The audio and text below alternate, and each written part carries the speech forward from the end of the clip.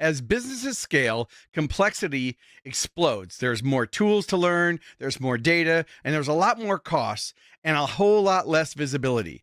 The companies that win aren't just adding more software, they're simplifying with intelligence. Now, today's guest has built a first of its kind AI native operating system designed to replace fragmented tech stacks with one truth source. And that's what we're going to be looking at today. Welcome to Fortify Live with your host, Ford Saeks. Joining me today is Alex Hult. He's the founder and CEO of AIO. Now, Alex has spent years on both sides of the business, first as an operator dealing with the daily realities of running a restaurant, and now as the founder building technology to address the operational challenges that he actually lived through firsthand. So, Alex, welcome to Fortify Live. I'm excited to be here. Thanks for having me. Well, I want to hear a little bit about your background. I know that you went from being a professional hockey player to a restaurant operator, and now, like, you're leading one of the most ambitious AI tech platforms in the industry. And, you know, AI is everywhere, and I speak on AI. I'm opening keynote speaker for AI. And I love your approach because, you know, you're not just saying you're the only one, but you're really solving problems. So what was the breaking point that made you decide that restaurant tech needed a total rethink? And why was AI at the core of it? To be completely honest, it started with the pandemic. Everything changed. Like most of my restaurants were in California at the time, and we were told you can't have guests, right? So all of a sudden I was like, okay, well, I'm going to go out of business. And what am I going to do next with my life? That was my beginning. And then from there, I felt like, I had dabbled with 30, 40, 50 different systems between 10 restaurants that I had opened, from marketing to, payroll to inventory systems to POS systems. And everyone claimed there's like integrations and APIs. And, I tried all these different things and I felt like it was never working. Like it was never working, at least the way I thought it should have worked. And, some do it better than others. But at the end of the day, the main problem in the industry is that when you're running a restaurant, you're busy with your customers, with your employees, with your product, and your tech stack can't be 10 different companies. That's the number one thing for me. I felt like all I was doing was onboarding and offboarding managers off these different platforms. I wanted to change a menu item. I had to log into all these different places. I wanted to update my website. I had to call someone to do it for me. I had to, sit down in my POS to add new employees and then put them in the payroll company and then put them in the scheduling app and then put them in the training module that I use to like onboard and train the customers. And then into the tip pool as well. So there's like 5 different places for every new employee. Crazy. And it was just crazy. And I was paying all these different people. They all just had their hand out. And every time I had a problem, 1-800, talk to someone who have no idea, most often not in the US, and they have no idea who I am, about my business. They're asking for my customer number. And I'm like, how am I supposed to know my 16-digit customer number for all these different companies? So I said, I don't know. Can you look it up? And then they start asking all these questions. Like I'm already pissed off and I haven't even started yet. Right. And then it was always this, okay, let me start a ticket. And then at the end of the day, it was 10 minutes later, and then the POS company blamed the payroll company. So then I called the payroll company, and then same process there. And then at the end of that meeting, it was, oh no, that the POS company just did an update, so it's their fault. And then I'm standing there in the middle, paying all these people, holding the bag, struggling with getting my employees to actually utilize any of it because it's 10 different logins. They always forgot the password, right. And then the data gets stuck in different systems. Anyways, the list is long. All that frustration built up over the years. And then when the pandemic hit, I got some time on my hands to kind of really think through what I wanted to do next. And that's where the birth of All-in-One was happened, and ultimately started to work towards what would it take to actually do this. And then got really lucky, found my co-founder Zia, who was a high-level manager at NVIDIA, working directly with Jensen Hong, building a bunch of product there. And he had built his own company and was dabbling in this all-in-one device that could take orders at the table. So he came into my restaurant one day and showed me this device that he had built that, got into Walmart and some other places. And ultimately, this is long before, Toast and Square and all these others Right. came out with handhelds. This is like, a while back. And anyways, I'm telling this guy like, hey, this is super cool. But restaurants don't want another thing. They want a solution that works. So I brought him into my office and I sat down with him and I showed him kind of like my vision and my business model. And he got super intrigued. But ultimately, we just ended up being friends. I ended up using some of his technology. And he calls me a year later in 2022. And he says, we need to meet. And I said, okay, we can do that. And ultimately, we sat down for Starbucks outside my house. And he said, I've met with over 1,000 restaurant owners now. And everyone says the same thing. We don't want another point solution. We need a solution. Right. So I think we should go and build this. And that's when I got serious about it. I started selling my restaurants and we raised some money from some angel investors and VCs here in the Bay Area. And we hired our first employee in the beginning of 2023.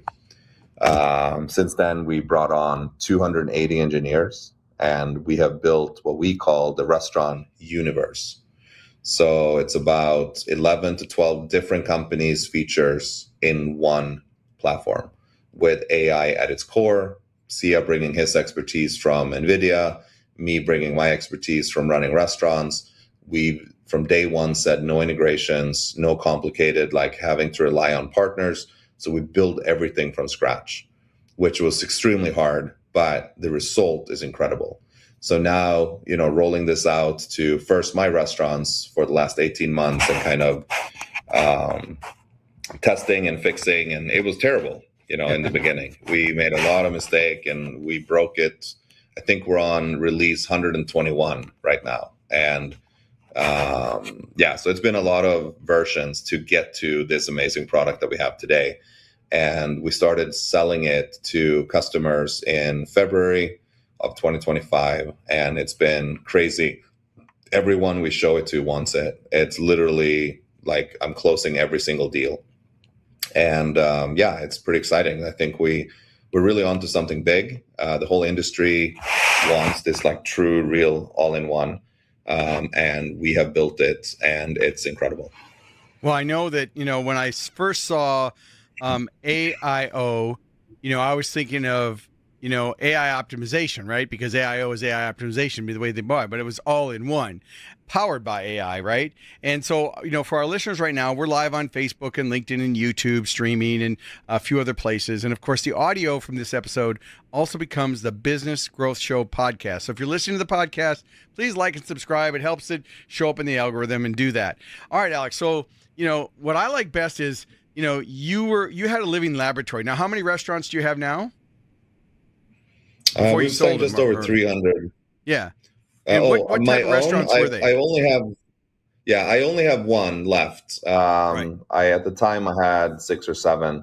I only have one left. It's in Planet Hollywood, Las Vegas, called Flights. So that's our test kitchen, if you will, where we do all of the releases and launch the product early and get the bugs out, and then we release it to the network of restaurants using it. Well, I live in Las Vegas, and I'm actually going to Planet Hollywood for an event Thursday night. So I'm going to have to check out. I'm literally here in Vegas, and I'm going to Planet Hollywood Thursday night. So I'm going to have to go check out the place in the restaurant so I can see it. All right. So back to the show. Our listeners here are always looking at ideas and how to work their business, how to accelerate, and how to make decisions differently. And so what I like about what you've done is you had a living laboratory. You already knew what the problem was, and you took a look at this strategically. You didn't get seduced by technology and put a bunch of bells and whistles in it. It made me actually think of the book I read many years ago by the founders of Basecamp called Rework. And Rework was a great book on how SaaS companies and software companies develop and avoid scope creep and avoid bells and whistles for the sake of putting bells and whistles in there. They'd rather have a solid product that does 7 to 10 things perfectly than 100 different things that nobody ever uses anyway. And so I like the way that you're focused and the way you're launching it and bringing it out. So who do you feel is your ideal client? Like, who's somebody now that you've got, let's say the tool is on version 200 and it's ready for rollout, you're scaling, what type of brand is most likely going to need to use this type of solution? How many units do they need before they become a client for you? So before I answer that question, just want to show you this device. So look for this at the table when you sit down. Okay. This is really cool. It's basically Alexa for restaurants. So you charge your phone, shows basically your table tent but digital, and then you can also in the next release you can also speak to it, so it will take your order verbally. Oh, so it's a kiosk. It's a mini tabletop kiosk, basically. Yes. Awesome. I can't wait. Yeah, so there's a bunch of cool features there. Anyways, check that out. So to answer your question, we're early in our cycle as a company, right? So we're targeting independent restaurants because the sales cycle is super quick. Right. To really close the big deals, like the bigger brands, you need credibility. You need to have been out there for a year or two and proven yourself and really shown value to the smaller brands, right? So we're focusing on less than 10 location operators, mostly in the Bay Area right now, because that's where we have our foot. All right, your audio just cut out. If you can still hear me, we are live, everybody. I'll let you check your audio or your battery on your mic. It just cut out. But we're going to keep rolling. I'm just going to wait for him to get his mic back. Nope, still muted. So what he was saying as he comes back in, There we go. We're back. We're back, everybody. We're live with Alex Hult, the founder and CEO of All-in-One. So AIO.app.com. All right. So you're just about telling me you have the restaurants in the Bay Area. Yeah. So less than, like, the ICP is basically, or a perfect customer is less than 10 locations, ideally quick serve. We do have some sit-down restaurants too, but we're focusing right now to grow really fast in the quick service market because we feel like that's where QSR market, maybe fast casual too, but QSR fast casual type thing, right? Yeah, food trucks, quick serves, cafes, pizza, kebab, burgers, that kind of stuff. And as we kind of mature and continue to grow, we're going into more upscale and sit-down restaurants. And then at some point later this year, also into the franchise and multi-unit. We're developing the enterprise solution right now to be able to accommodate more of the, comparing, 10 locations on all these different variables in one place, and being able to push a menu item down from, a corporate account down to the sub accounts underneath and things like that. Well, I just can't wait to hear the growth. I'm amazed at how things can get done right now. I mean, I run a digital agency called Prime Concepts, primeconcepts.com. And we do, branding and marketing. We're more of a boutique. We're not, we don't solicit my franchise brands that I speak for or anything. It's in people who want marketing and digital footprints. And, now I reduced my staff by about 30%. I mean, I love people. I'm not saying you shouldn't hire people, but for some of the tasks, it was just easier to do using AI. And now, so AI coding, so they're using Claude for coding. I actually created my own. Now, this has nothing to do with what you're doing. I'm not insulting your intelligence, but I used Lovable and I created a quiz. An AI quiz. So when I go to speak at an organization, their attendees can go through the quiz and rank themselves on the scale of whatever to see what their archetype is. And if I would have done that before, I would have had to pay for, a designer, a scope. I would have had to write the scope. I would have had to write the dashboard, all the different things that the programmers have to do. And I did it on my own on a weekend. And it's not a replacement for like what you're doing. I'm not in any way, shape, or form saying that. But the way that AI can code now and the way it can debug, and the great thing is you're really solving a problem for your ideal customers. And so earlier, everybody, he said ICP, and that stands for Ideal Client Profile. And so everybody needs to know who's your ideal client and what's the highest and best use of your time. And that's where tools like yours really help, because the more data you become, I mean, the great news about your business, Alex, is the more data you get, the more valuable the tool becomes. It just keeps continuing to grow. Yeah, it's pretty powerful. Having one back end, all the data flowing in from all the different touch points. We have a feature called AIO Intelligence, where, like, in the mobile app, a restaurant owner can ask, "What's the best recipe?" and it just pulls up. Or, "What was my sales last month, and how does that compare to the average month?" and it just generates that result. Or, "Who's my best employee in the last quarter?" and it just generates. Or, "What can I do to be more profitable?" So all these things, when you have the data, and as the agents get smarter and smarter, it's incredible how much efficiency you can get out of your employees. One employee can do the work of 3-4 employees before.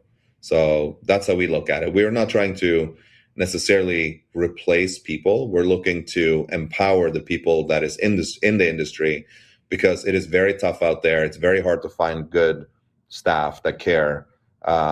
It's a lot of restaurants literally can't operate because they can't find staff, and they have to pay like crazy amounts, and you can't really stay in business anymore because the margins are so slim. So unless you're running like perfectly, there's nothing left. So I think by using a tool like or platform, where instead of paying $3,000 for 10 different systems, you pay a few $100s for our system. So you're saving money there. And then our AI marketing suite is generating a lot of repeat business and new business through various different ways. And so now you're getting a little bit more sales. And then we're making it a little bit more efficient by cutting some costs, ordering better, having all the intelligence to make the best decisions, cutting labor and time. So now you're tweaking your cost, and the end result is you double the bottom line.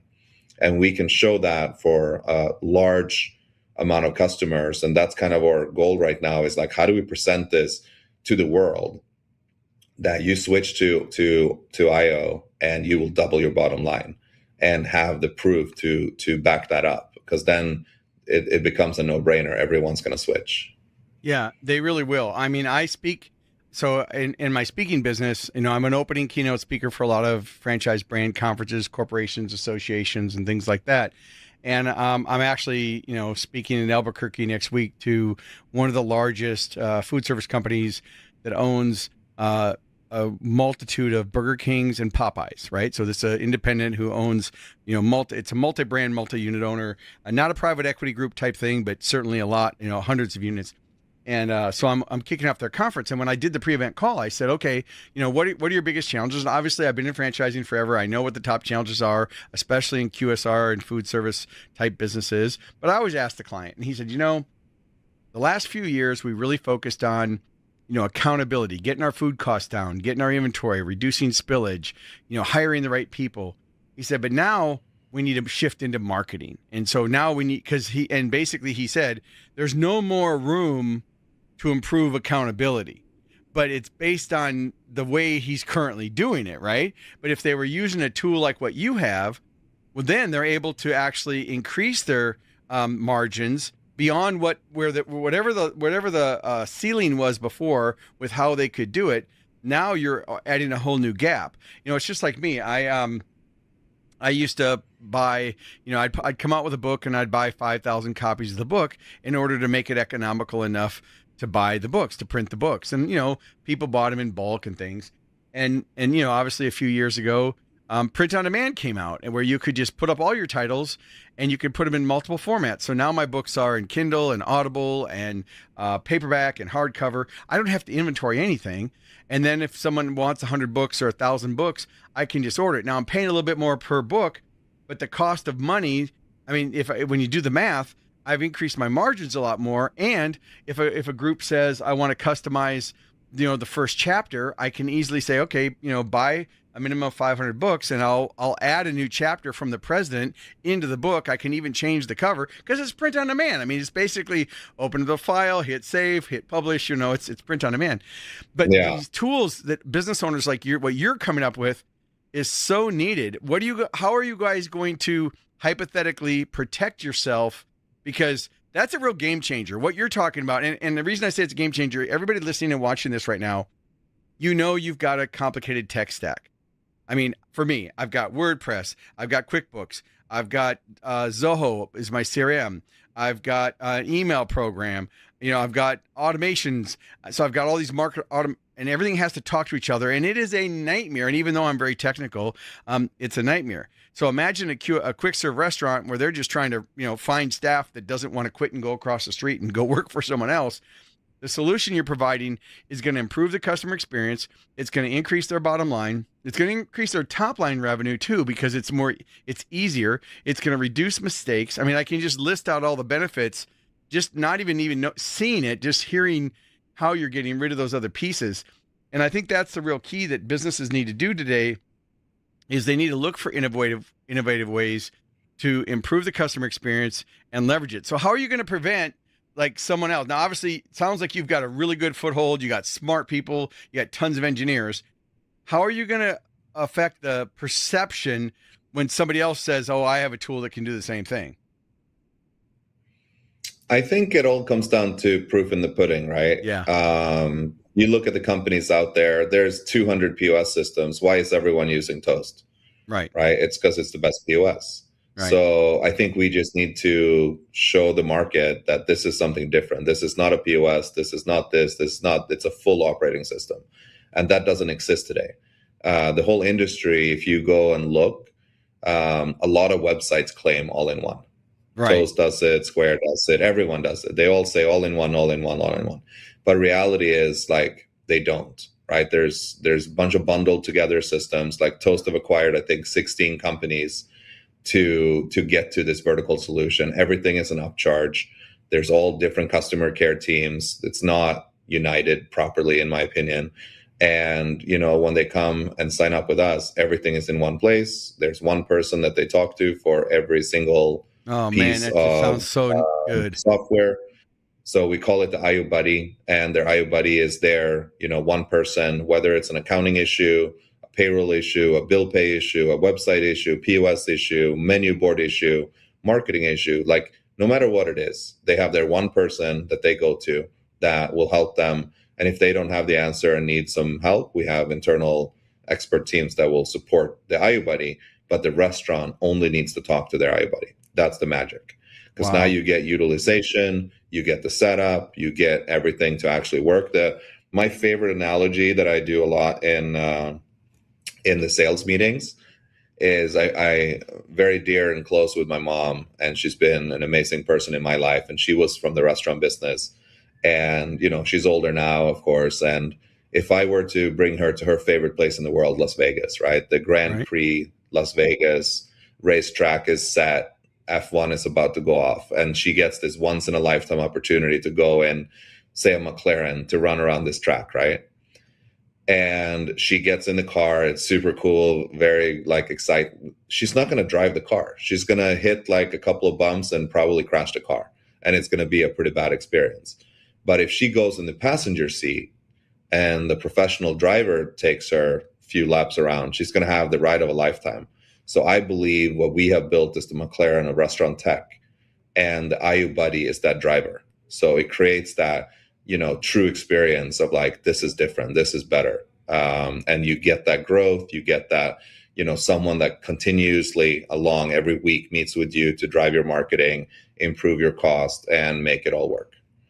I mean, I am so excited for you. I know we just met in the green room and everything, but I love seeing disruption companies that, are at the stage you're in. I mean, you're not new by any stretch of imagination, but I really do believe you have a real true game changer. I mean, you're hearing it here on Fortify Live, guys. I mean, because the quick serve restaurant, I mean, I've had 17 different companies. I've worked in restaurants before.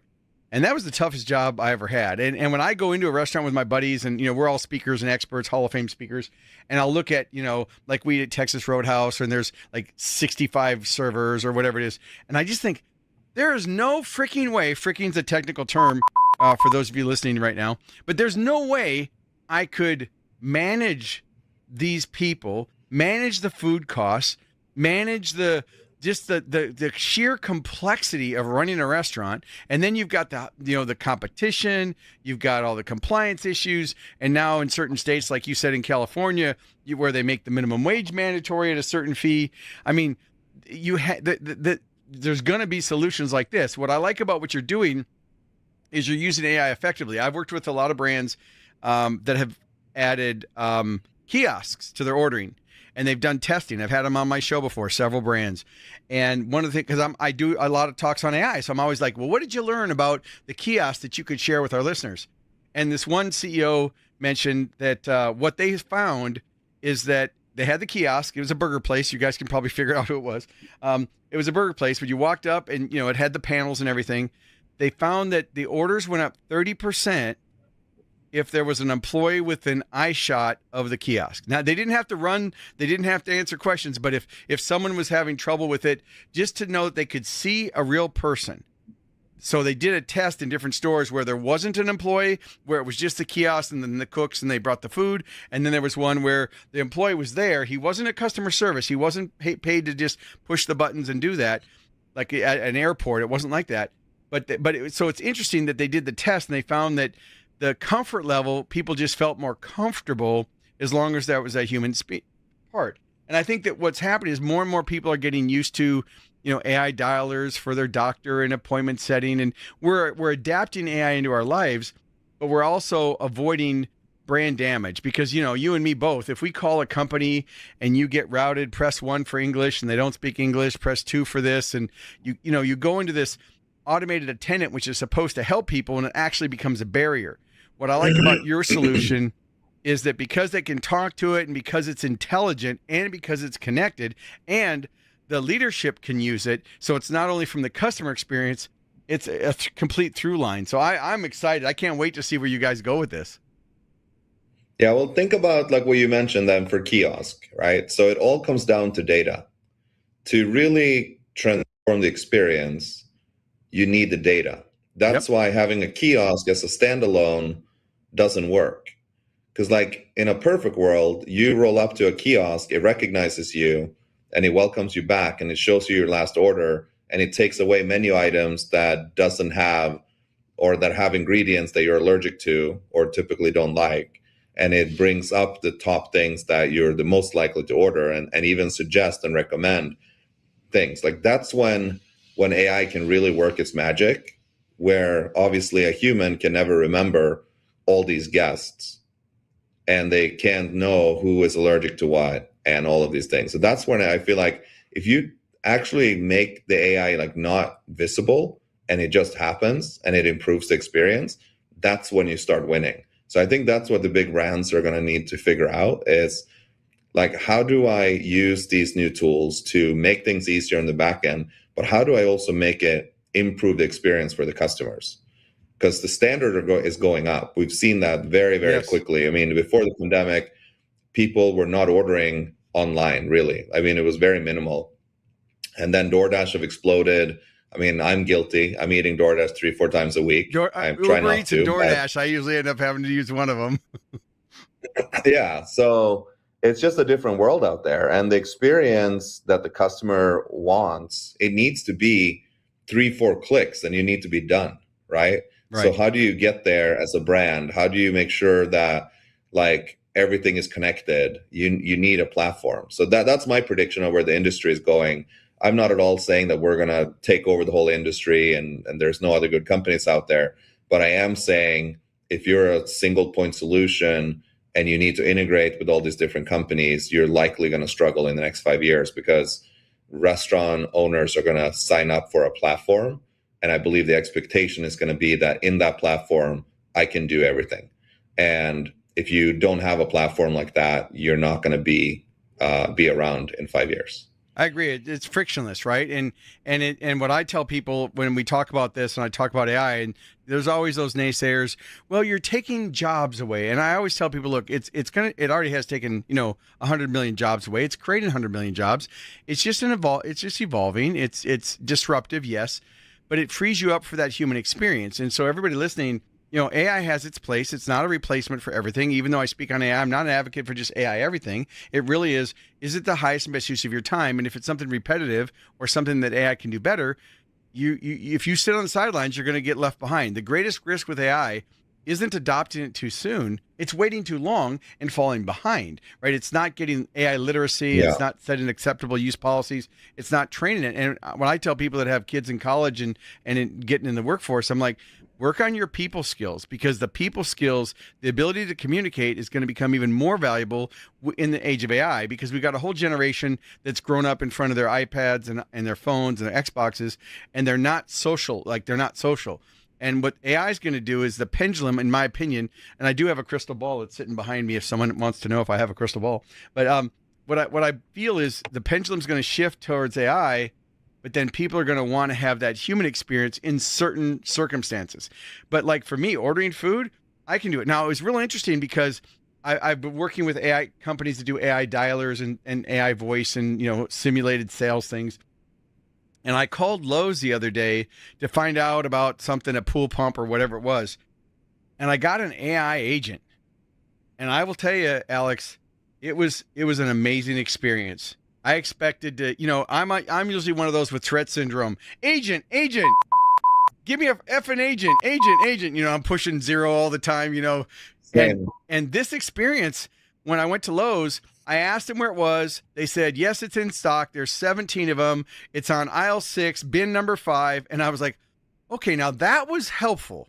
Like, it wasn't the typical. It's come a long way. Yeah. And it actually gave me a real answer. It wasn't one of those. I hate it when you call their company and it says, while you're on hold, you can chat with us online. You go to the chat, and of course the people don't have any information and can't do anything. It's a complete waste of time. And then you go to the website, like you just get this pattern of bouncing ping-ponging off of people. So solving problems. So the listeners, as a takeaway, it's what problem do you solve that people will pay to make go away? How do you create a frictionless experience so that they have more time? And more importantly, what Alex has done in his company is he's asking the right types of questions, because he's been in the industry as a living laboratory. Because if you ask the wrong question, the answer doesn't matter. And you're asking the right types of questions. And that's why I believe the solution you have is just going to be huge. I'm so excited to see where it goes. Yeah, and I think like the experience that you're talking about, I think a lot since the pandemic have moved to like, everyone who has like creates an experience do really well, like Topgolf. And, it's like, if it's like a cool experience, then it does really well. Yeah. I think like, the future of restaurants, you're going to be able to order tableside, and it's going to be such a smooth experience that you don't necessarily need a server to stand there and repeat and take your order. But like, what if that server comes up and like starts talking about like, yeah, we grow our own garden and all our beef is from this local farm, and the owners of this place, they started at Lake Como and they brought in their cooking tradition, and now Chef Momo here in the back, he's doing this and this and this. Like, now it's an experience coming to this place. And like, are you more likely to come back after that interaction? Like a perfectly taken order, super easy to like reorder at the table. You just speak out what you want and it just shows up. It shows you on the screen when it's about to come. It shows you the upcoming promotion. Sign up for loyalty, leave a review without like having to do anything. You just speak like, yeah, it was great. I love this. I love that. And then like the actual experience you're getting is that human has time to actually connect with you. That human comes over and like, how was everything? How did you like it? Right. Like, we take so much pride in our Italian food, that blah, this pizza is made with this and blah, blah, blah. Like, that is the experience, not, okay, what can I get for you? What can I get for you? Okay, what do you want, cheese on the side? Like, that's nonsense. Like, the experience is the connection. So I think there's definitely going to be humans in restaurants. I think it's not going to get completely automated, but it's also, there's different types of experiences. Like, are you just looking to go for a quick lunch and you're by yourself? Do you really care to talk to someone? Or are you busy reading your email while you're shoving down a sandwich, right? You've got to be back at work. Have you been watching me? In those type of restaurants, in those restaurants, you want it to be automated. You walk in, you look at the kiosk, and your order you loved last week is there. You press a button and it already has your card and you're paid and done, right? Like, that's a good experience. And then if food shows up, like that's what you want for that experience. But then you go with your family, then you want that experience. right? Right. You want them to come and talk to you, and you want to know the story of where the chef came from and why it's special and unique and why you should come back next week. Yeah, I think that's great. Well, I certainly appreciate you being on this. Now, are you going to IFA, or are you exhibiting anywhere yet? Or are you still kind of hush hush as you grow? We're just kind of coming out of the stealth mode we were in for 3 years, and I haven't, honestly, this is one of my first outings. I've said no to probably 100 articles and people that want to talk because that was not important at the time. Now, when we're actually launched and we're in our pre-launch phase, I guess, Right. but we're trying to sign up customers. So, like, how do we find out? How do we get restaurant owners to see our platform? That's the number one thing I'm working on right now, because once they see it, they all want it, and I'm not exaggerating. It's literally like they just see it and like, okay, how do I sign up? How do we do this? What's the price? And then they go. So yeah, we just need to get in front of people and train our sales team to make sure that they translate all the needs and the pain points that we're solving, and it's going to be a very easy sell. Yeah, the biggest thing about sales, I always say, if I do a sales presentation or something, sales and marketing is just giving people enough of the right information that they can make informed decisions. When you get the right message sent to the right target client or ICP using the right method, it's the sales. And I always work with, whenever I'm doing a sales training, I'll interview the salespeople, and typically it's feature, feature, feature, feature, feature, feature, feature. I was working with a strategic client, a coaching client, who developed an AI tool for sales where you would train it on your ideal customer, and then your salespeople could use it to do reps before they go out in the field. So that way they'd get better at how to overcome objections and how to build rapport and how to have those conversations and uncover the needs. And so the guy gets on the phone, he wants to consult with me, and I said, well, tell me, why does someone need your product? And for the first 40 minutes, I had to keep directing him because he was like, well, let me show you the interface. And he wanted to share Zoom and share all the, and I finally stopped him. I said, look, you're not going to be able to sell anything because you haven't talked about the problem you're solving. Like, I don't want to see the technology. I want to see the solution. And what you just said in your last comment, which is, making sure your salespeople understand, as long as they communicate the economic and the emotional pain, you get alignment with the ideal customer that this is the problem. And every restaurant owner you talk about, when you talk about your tech stack, technology and staffing, and the customer experience, you don't have to talk about your software. You just have to talk about, you see the headache that you're dealing with? We solve that. And then you can go into, benefits come first, features support the claim. And it's always interesting when I work with salespeople, because even though sometimes they're top producers, but they're sitting on their laurels. And I'm like, wait, there's so much room for opportunity. If you tweak the messaging, you're going to get 10 times more sales, right? And I think for me, it's so easy because I live that pain. Right. Like, I've opened a pizza place, a nightclub, a bar, the Flights brand, with like 6 restaurants. So I've gone through everything from fine dining to quick serve to pizza to cafe. And I know the pain points. Right. Like, because I lived it for 15 years. So when I train our sales guys, it's just like, you go into this type of business, this is what they're going to feel. You go into this type of business, this is what they're going to be. And then you just need to address those pain points. And our product is cheaper. It's easy. There's no contract. We do all the work. We onboard for them.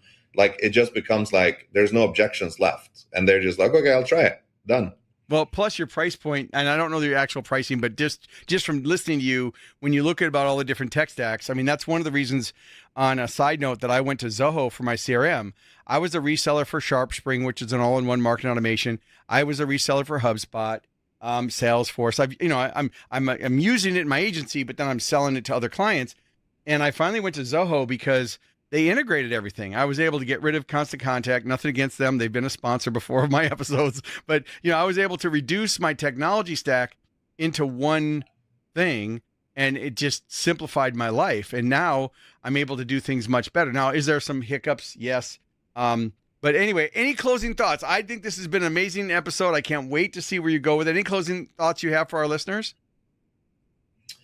We're open for business. Find us on AIO.app.com and book a demo with us and see what it's all about. It's a game-changing platform That I can guarantee. And if you're struggling and you're barely making it work, check out what we do, because we turn lives around for people. And that's what I'm so passionate about, that people that were in my shoes, I'm able to make things easier for them, which is super exciting.